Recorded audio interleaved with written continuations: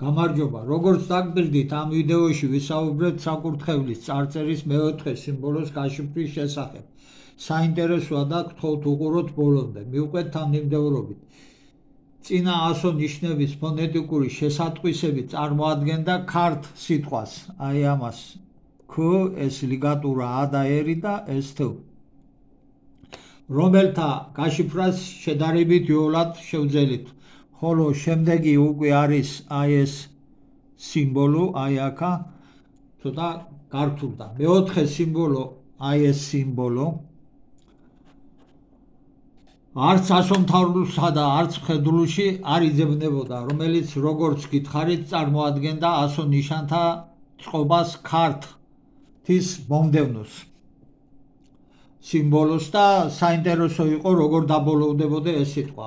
ვარაუდის მაღალი სტანდარტით მეოთხე სიმბოლო შეიძლება დიდი ცვლილება არ შეეტანა გაშიფრულ სიტყვაში ქართში, რადგან ჩვენთვის ნათელი იყო, რომ ეს სიტყვა იყო რაღაც ქართულთან დაკავშირებული, რომელსაც ღრმა უძველესი ფესვები გააჩნდა, მაგრამ იგი ქართ სიტყვას დააბოლოებდა და ჩვენთვის უკვე გასაგები იქნებოდა ამ სიტყვის შინაარსობრივი, ანუ აზრობრივი ნაწილი.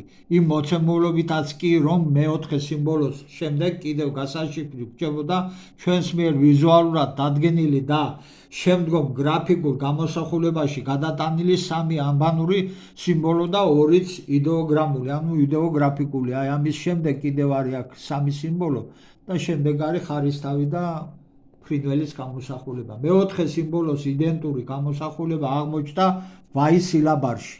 აი აგერ. აი ეს.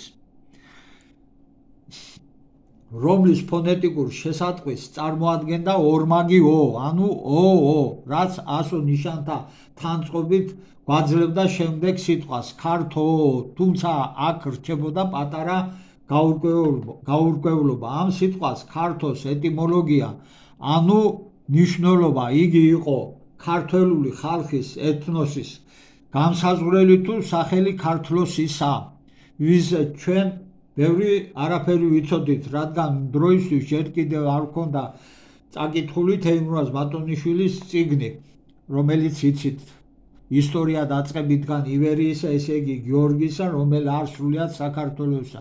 ქმნილი საქართველოს მე-13 მეფის გიორგის ძის თეიმურაზისაგან სანქტ-პეტერბურგის სტამბა 1858 წელი. როცა დაიწყეს შესაბამისი საისტორიო წყაროების გაცნობა, აღმოჩნდა, რომ ქართლოსი არათუ ლეგენდარული, არამედ რეალური პიროვნება ყოფილა და თანაც ქართველური ეთნოსის დამაარსებელი თავის 6 ძმასთან ერთად და ეს ყველაფერი წერია ქართლის ცხოვრებაში. უწერია ვახტანგ მეფეს, ვახუშტის, ლეონტი მროველს, რაზეც ინფორმაციას ფლობდნენ საბჭოთა ისტორიკოსები, მაგრამ ქართლოს მაინც არარეალურ პიროვნებად აღიქვამდნენ. გამომდინარე საბჭოთა იდეოლოგიიდან, ათეიზმიდან, ქართლოსის წარმოადგენდა ბიბლიური ნოეს შთამომავალს და მოგეხსენებათ ამისთვის ეს რომ დაეწერათ რას უზანებთ. ამ საკითხზე ჩაწერილი გვაქვს ვიდეოები და გთხოვთ უყუროთ. ამის შემდეგ სხვა ცნობებთან ერთად ჩვენთვის გასაგები გახდა არათუ რა ეწერა საკურთხევლის წარწერაზე, არამედ რატომ ეწერა ქართლოსის სახელი. გასარკვევი ჰქონდა საკურთხევლის წარწერის პირველი 4 სიმბოლოს ფონეტიკური შესატყვისი იყო თუ არა, ესე იგი ქართო თუ ქართლო, რადგან საპატიო საისტორიო წყაროებში ქართველური ეთნოსის დამაარსებელი იწოდებოდა ქართლოს. ამასვე ამბობს ერთგან თეიმურაზ ბატონიშვილიც. პირველი ნათესავ-მთავარი ყოველთა ნათესავთა თვისთა ზედა იყო ქართლო, ესე იგი ქართლოს ფრჩხილებში უწერია გვერდი 27, მაგრამ საბჭოთა ისტორიკოსები იმ ტერიტორიას, სადაც განსახლებული იყვნენ ქართველთა წინაპრები, უწოდებდნენ ქართების სახელმწიფოს, ხალხს ქართებს. ამიტომ დავიწყეთ ამ სიმბოლოს,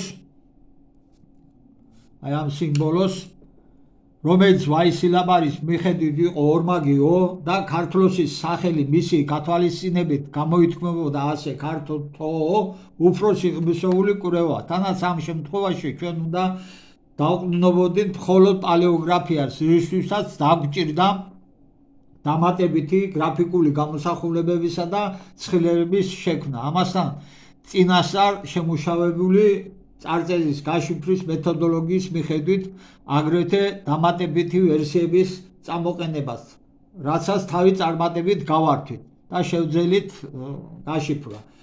თუმცა, როგორც მოგახსენეთ, ცოტა გაგვირთუდა. მაშასე წარმოგიდგენთ საკურთხევლის წარწერის მეოთხე სიმბოლოს გაშიფვრის სრულ მიმდინარეობას. პირველი მოცემულობით. ეს არის გრაკლიანის გრაფიკული გამოსახულება, ეს არის ვაისილაბარის გრძელი ო. პირველი მოცემულობით იქნება, ესე იგი, ქართო ო. ახლა მცირე განმარტებას გავაკეთებთ ვაისილაბართან დაკავშირებით. მომოლუ, დუვალუ, ბუკელე, ზოგჯერ ცნობილია როგორც მომოლუ, დუალა, ბუკარე, იყო ვაისილაბარის გამავრცელებელი და არა შემქმნელი. ინფორმაცია მან მიიღო პოროს საზოგადოებისაგან.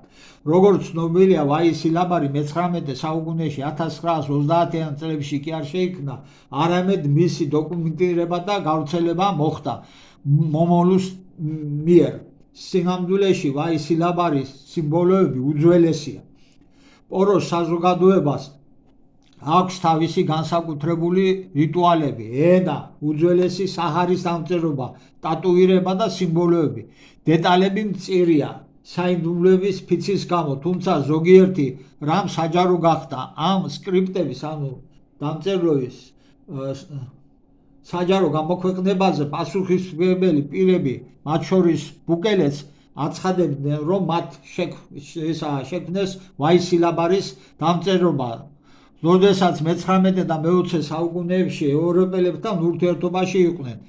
ეს გააკეთეს იმისთვის, რომ დაემალათ ამ დამწერლობის წარმომავლობა ევროპელი კოლონიზატორებისთვის, რათა საფრთხეში არ ჩაეგდოთ პოროს საზოგადოების წევრები. გავიხსენოთ ეს ცნობებიც თეიმურაზ ბატონიშვილის წიგნიდან. სირიანელი და ეთიოპელი ყოფნი გძლად შემდგომად ცხოვრებთან ნილოსის კიდესათა არა იყვნენ ჯერეთ პირველთა ერთა შორის აღრიცხულ.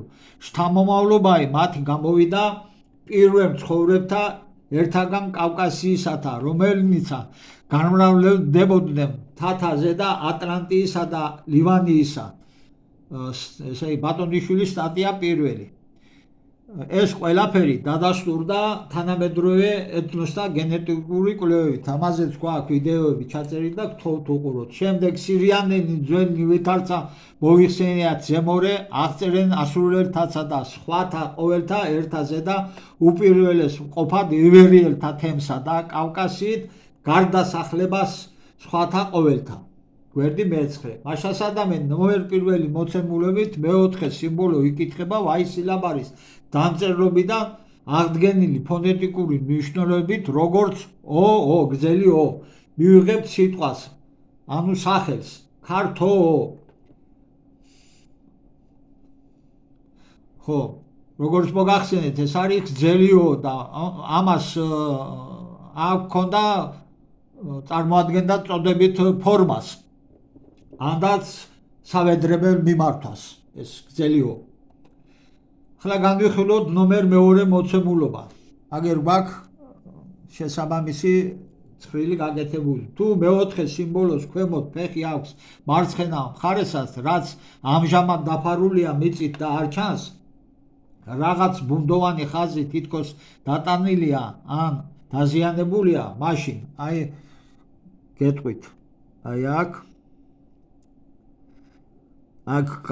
გამოტანილია სწორად და აი მეორე მოცემულობაში თუ აქ ფეხი აქვს ამას, ესე იგი აქ ქვემოთ ფეხი, აი ასე, მაშინ გვექნება შემდეგი მოცემულობა. მაშასადამე ნომერ მეორე მოცემულობით მე-4 სიმბოლო იკითხება არამეული და ვაისილაბარის დამწერლობიდან აღდგენილი ფონეტიკური მნიშვნელობით, როგორც ლ და ო, ანუ წარმოადგენს ლიგატურას. მივიღებთ სიტყვას, ანუ სახელს, ქართლო ო. ახლა მესამე მოცემულობა აგერ გვაქვს. თუ ჩავთვლით, რომ მე-4 სიმბოლოზე დატანილი მარცხენა ჰორიზონტალური ხაზი არის მარწერის ფორმა, აი აქ მაგრამ გაჩვენებთ აი ამ ხაზს თუ ჩავთვლით არის ფორმა, ამ ფორმაზე უკვე ვისაუბრეთ პირველ სიმბოლოს ქუსთან დაკავშირებით და მიუთითებს ლიგატურის არსებობაზე, ასეთივე ჰორიზონტალური ხაზი დატანილია ასო ნიშნის თს თავზეც მარცხნივ, რომლის წინაც არის ლიგატურა სიმბოლოების A და R, როგორც გახსოვთ, აი ამისი აგერ თს თავზე. და ეს ჰორიზონტალური ხაზები არ წარმოადგენენ საკურთხევლის წარწერის დაზიანების კვალის ვიზუალიზაციას და არის ლიგატურის მიმანიშნებელი, მაშინ გვექნება შემდეგი მოცემულობა. ქართლოს. ახლა უყურეთ. კარგად ისქნათ. თუ ეს ხაზი არ გვექნება, მაშინ ეს იქნება ელი.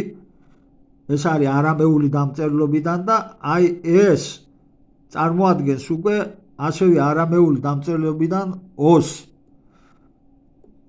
ფონეტიკური შესატყვისით და აქ უკვე გვექნება ქართლოს. მაშასამდე ამ ლიგატურაში ასო ნიშანი ელი წარმოადგენს თიხის ნარნაგზე დატანილი სიმბოლო ელის გრაფიკულ ანალოგს. ოღონდ პირველ შემთხვევაში მისი ეგრეთ წოდებული წვერი მიმართულია მარჯვნივ, მეორეში კი მარცხნივ, თანაც ორივე წარწერა ურთიერთ თანადროულია. აგერ წარმოგიდგენთ. აი უყურეთ, აქ ელი იცით რომ გავშიფრეთ ქრ ორი ერთეული LB, აი ელს აქით აქ მარცხნივ აქ წვერი, აქ კიდევ მარჯვნივ აქ წვერი. ეს ახსნადია. წერის მანერის ამგვარი ფორმის ახსნა, ანუ ეგრეთ წოდებული წვერის სხვადასხვა მიმართულება არ წარმოადგენს სირთულეს. პალეოგრაფიაში ეს ცნობილი ფაქტია. სიმბოლო ელი იწერებოდა სხვადასხვა ფორმით, სხვადასხვა დამწერლობაში, მახვილი ან გაშლილი კუთხით, აგრეთვე წვერით ორივე მარცხენა ან მარჯვენა მიმართულებით. ამასთან ლიგატურის შემთხვევაში უნდა გათვალისწინებულიყო ასო ნიშანთა რიგითობა.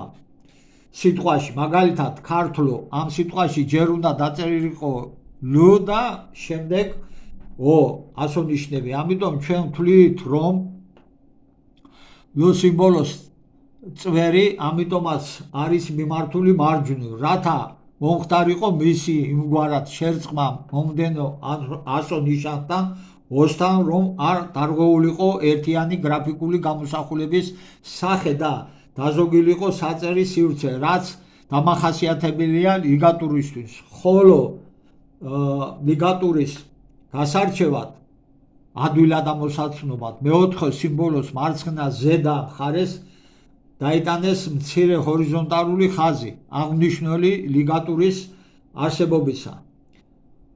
ამგვარივე ხაზია დატანილი პირველი ლიგატურის გვერდით სიმბოლოს თს თავზეც, როგორც მოგეხსენებათ, აი ეს ლიგატურა და აი აქ არის ხაზი, იგივე ხაზი დატანილი. დაახლოებით თიხის ნარნაგზე კი სიმბოლო ელი წარმოდგენილია ცალკეულ გამოსახულება და მარწერის ეს ფორმა ლიგატურა წერის შემთხვევაში არ დაჭირვებიათ და არ ჭირდებოდა. თუმცა თანამედროვე მხედრული ასო ნიშნები ახლა ვნახოთ ჩვენ. აი თანამედროვე მხედრული ასო ნიშანიც აგერ გვაქვს. გავს იმ თიხის ნანაგის ასო ნიშანს. აი მხედრული ასო ნიშნის ტრანსფორმაცია კუთხოვან ხაზოვანიდან როგორ გადავიდა ასე რომ ვთქვა გლოვან ფორმაში. ესე იგი დავადასტურებთ, რომ ეს სიმბოლო ნამდვილად, აი ეს სიმბოლო ნამდვილად არის ელი. ოღონდ მესამე მოცემულობის შემთხვევაში, აი ამ მოცემულობის შემთხვევაში, მესამე მოცემულობის შემთხვევაში ზემოთა გვერდითი ჰორიზონტალური ხაზი წარმოადგენს ლიგატურის მაჩვენებელს.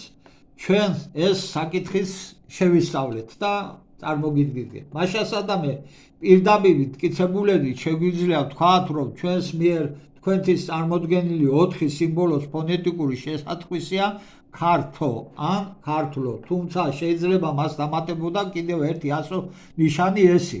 თუკი მეოთხე სიმბოლოს მარცხენა ზედა ნაწილში დატანილი ჰორიზონტალური ხაზი არის ლიგატურის მიმანიშნებელი და არა დაზიანების კვალი. დასკვნა. სამივე მოცემულობის მიხედვით მეოთხე სიმბოლო იკითხება ტექსტში არგუმენტირებული ნაწილებით, რომლებიც ერთმანეთს არ გამორიცხავენ, მით უმეტეს, როდესაც თეიმურაზ ბატონიშვილის მოხსენებული ჰყავს ორივე სახელით ქართველთა ეთნარქი, ქართლოს და ასევე ქართლო.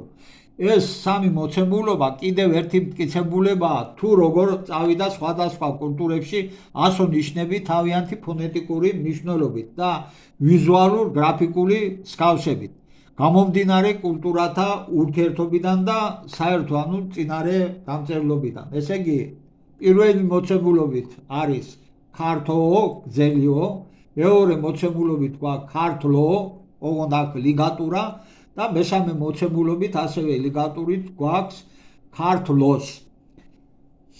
გამბეორდეთ, ეს სამივე მოცემულობა შინაარსობრივად არაფერს არ ცვლის, თუმცა დამატებით ასო ნიშნის გაშიფვრის შესაძლებლობას იძლევა, რომელიც ასევე აღმოჩნდა თიხის ლარნაკის წარწერაზეც.